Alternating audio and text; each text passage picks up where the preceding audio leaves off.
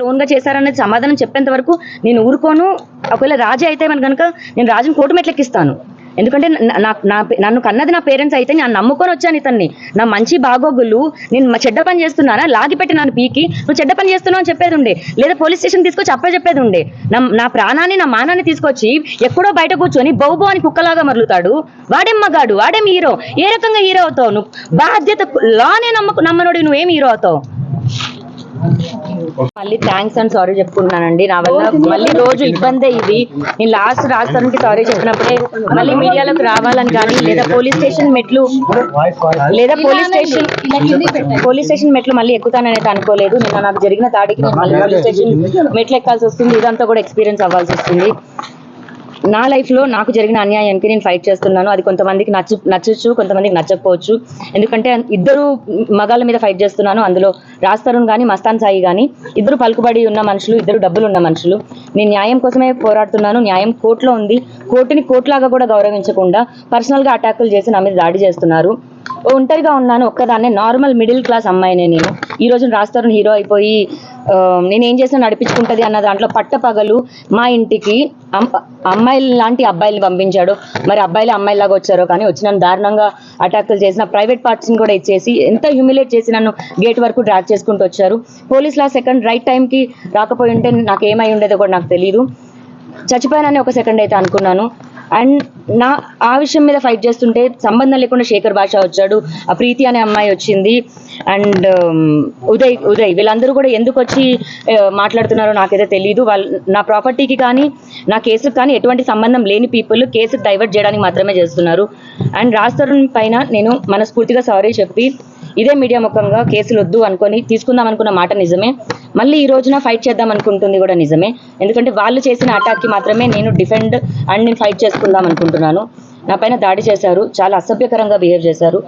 ఇప్పుడు నేను ముందుకు వెళ్తున్నాను. రాజ్ తరుణ్ వచ్చి సమాధానం ఖచ్చితంగా చెప్పాలి. పోలీస్ వారిని కూడా అదే కోరాను, రాజ్ తరుణ్ వచ్చి మాట్లాడాలని, లేకపోతే రాజ్ తరుణ్ని దీనిపైన ఇన్వెస్టిగేట్ చేయాలని, దీనిపైన వెనకాల ఎవరుండి నా పైన దాడి చేయించారని. నేను హైకోర్టుకు కూడా వెళ్తాను. రాజ్ తరుణ్ నా పైన ఇప్పుడు చేపించిన దాడికి నేను రాజ్ తరుణ్ బెయిల్ కూడా క్యాన్సిల్ చేయించడానికి ట్రై చేస్తాను. యాంటిసిపేటరీ బెయిల్ పైన ఉండి అతను మళ్ళీ విక్టిమ్ పైకి ఎలా వాళ్ళ పేరెంట్స్ని పంపిస్తాడు? మళ్ళీ వృద్ధులు అన్న పేరుతో 4 ఆడోళ్ళని తీసుకొచ్చి 8 మంది ఆడోళ్ళని తీసుకొచ్చి కొట్టించాడు. నా ప్రాణం ఉన్నంత వరకు, మరి ఎప్పుడు పోతానో కూడా నాకు తెలీదు. ఉన్నంత వరకు అయితే లాస్ట్ ఫైట్ చేస్తాను. రాజ్ తరుణ్ అనే వ్యక్తే కమ్యూనిటీ లోపలికి ఎంట్రీ ఇవ్వడం అన్నది జరిగింది. మా పేరెంట్స్ వస్తున్నారని 1:10 PM కాల్ చేశాడు మా కమ్యూనిటీ మేనేజర్కి. వాటికి సంబంధించిన ఎవిడెన్స్తో సహా ఇచ్చాము. పోలీస్ ఇన్వెస్టిగేషన్లోనే చెప్పాలి. ఇంకా నేను పెట్టిన పేర్లు అయితే రాజ్ తరుణ్ పేరెంట్స్ అండ్ శేఖర్ భాష, ప్రీతి, ఉదయ్ అండ్ లాస్ట్ మేఘన ఎవరో సోషల్ యాక్టివిస్ట్ వచ్చారు.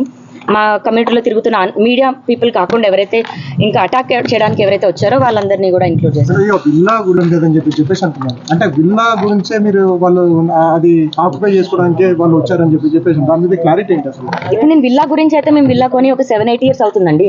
ఈ రోజున ప్రాపర్టీ అన్నది ఎందుకు రావాలి? మేము రాజ్ తరుణ్ 2009 నుంచి మేము స్టార్ట్ చేసుకున్నాము. ఆ రోజు నుంచి ప్రపంచానికి తెలియని లావణ్య రాజ్ తరుణ్ వద్దనుకున్న తర్వాతే లావణ్య చెడ్డదైపోయింది. లావణ్య డ్రగ్స్ అమ్ముతుంది, లావణ్య డ్రగ్స్ కన్జ్యూమ్ చేస్తుంది, లావణ్య ప్రాస్టిట్యూట్ కూడా అయిపోయింది.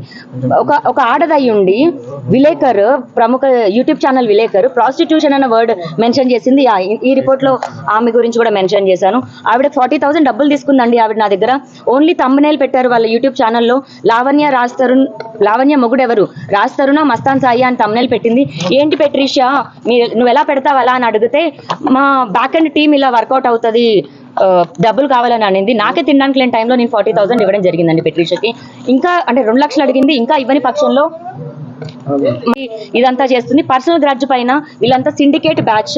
శేఖర్ భాష, ప్రీతి, ఉదయ్, మేఘన అండ్ పెట్రిషా వీళ్ళంతా గ్రూప్గా ఫామ్ అయ్యే ఇదంతా చేశారు. ఎంత చేసినా ఏమున్నా సరే పోలీస్ స్టేషన్ ఉందండి, చట్టం ఉంది. నేను లా ప్రకారమే వెళ్తాను. ఏం చేసుకుంటారో చేసుకోనివ్వండి. ఇప్పుడు ఇందులో రాజ్ తరుణ్ ఇన్వాల్వ్మెంట్ అంటే వీళ్ళందరూ కలిసి చేసిన బ్యాచ్ లో మస్తాన్ సాయి కూడా ఉన్నాడండి. మరి ఇది రాజ్ తరుణ్ చేపించాడా లేదా మస్తాన్ సాయి చేపించాడా లేదా అందరూ కలిసే ఫామ్ చేశారా అన్న నిజం బయటకు వస్తే నెక్స్ట్ రాజ్ తరుణ్ కూడా ఖచ్చితంగా వెళ్తాడు. నేను ఇన్ని రోజులు రాజ్ తరుణ్ కి అగేన్స్ట్ గా సాక్ష్యాలు ఇవ్వలేదు. నేను ప్రేమించిన మనిషి కాబట్టి ఇవ్వలేదు. కంప్లైంట్ పెట్టినప్పటికీ నేను మనిషి కావాలి అనుకొని పెట్టాను, మనిషి జైలుకి వెళ్ళాలని కాదు. కానీ అతను సైలెంట్ గా ఉండి ఇంత క్రూయల్ గా బిహేవ్ చేస్తున్నాడు అంటే ఫిజికల్ అటాక్ అన్నది తప్పు. నువ్వు అట్లీస్ట్ మాటలతో దాడి చేసినా మాట అనేది మర్చిపోతామేమో. ఆ సెకండ్ ప్రాణం పోతే ప్రాణం తీసుకురాలేరు ఎవరు. రాస్తారుని కూడా ప్రిజన్ కి పంపిస్తాను. అందులో ఆట ఉందని చెప్పేసి వాళ్ళు వీళ్ళు అనడానికి మాది ఇంకా సెపరేషన్ అవ్వలేదండి.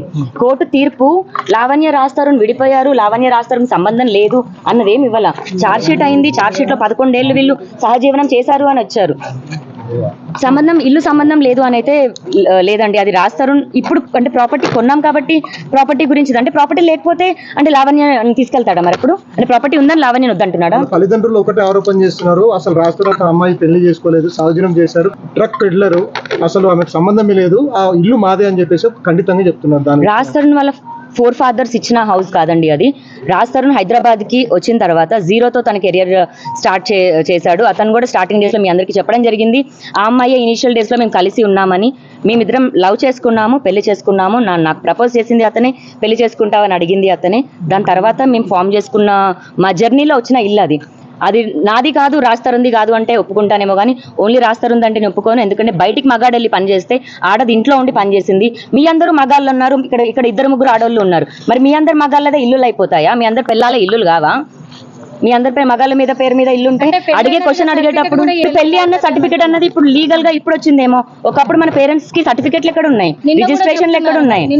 దట్స్ వాట్ ఇప్పుడు నాది రాస్తారుంది 1 year 2 year థింగ్.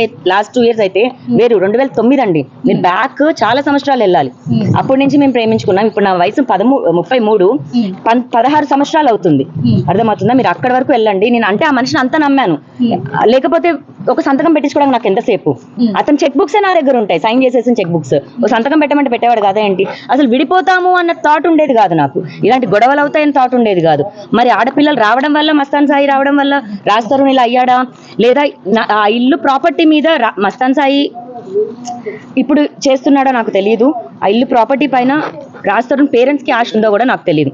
కానీ రాజ్ పేరెంట్స్ ఆస్తి కాదు, అలాని మా పేరెంట్స్ ఆస్తి కాదు. బతుకు తెరువు కోసం నాకు ఈ రోజున సాయం కావాలంటే మా పేరెంట్స్ ఎంతో ఇవ్వడమేమో, మా బతుకు తెరువు కోసం రాజ్ సంపాదించే డబ్బేమో, అంతే. దయచేసి అర్థం చేసుకోండి. కోట్ల అయింది కాబట్టి ప్రాపర్టీ అంటున్నారు. డిగ్రేడ్ అయిపోయి అసలు ఇల్లే కూలిపోయింది, ప్రాపర్టీ లేదైతే. ఇంకో ఆరోపణ, మీరు అందరు కాల్స్ రికార్డ్ చేస్తారు, వీడియో కాల్ రికార్డ్ చేస్తారు, అలాగే ఒక ఇన్వెస్టిగేషన్ ఆఫీసర్ కాల్ రికార్డ్ కూడా చేసి భయపెట్టించారని చెప్పేసి ఒక ప్రధాన ఆరోపణ ఉంది. దాని మీద మీరు ఏం క్లారిటీ ఇస్తారు? మీరు అడిగిన క్వశ్చన్ నాకు డైరెక్ట్ గానే అర్థమైంది.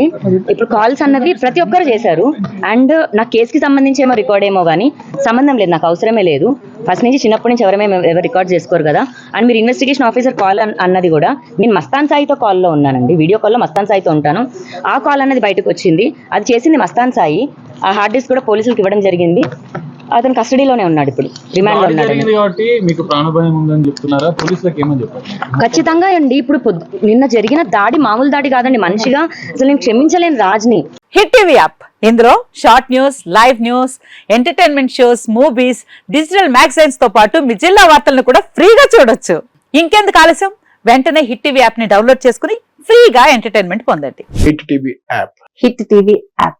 Please download hit TV app. Hit TV app ని ఫ్రీగా డౌన్లోడ్ చేసుకుని ఎంజాయ్ చేయండి. మీకు నచ్చిన ఎంటర్టైన్మెంట్ కోసం హిట్ టీవీ యాప్ ని ఫ్రీగా డౌన్లోడ్ చేసుకుని ఎంజాయ్ చేయండి. హిట్ టీవీ యాప్ ని డౌన్లోడ్ చేసుకుని ఆస్వాదించండి, ఆశీర్వదించండి. ఇంతమంది సెలబ్రిటీలు హిట్ టీవీ యాప్ ని డౌన్లోడ్ చేసుకోండి అని చెప్తున్నారంటే ఎంత మంచి యాప్ ఆలోచించండి. అమెరికా అమెరికా అమెరికా అమెరికాలో చదవాలనుకునే వాళ్ళకి విశ్వసనీయమైన పేరు మన శౌర్య కన్సల్టెన్సీ.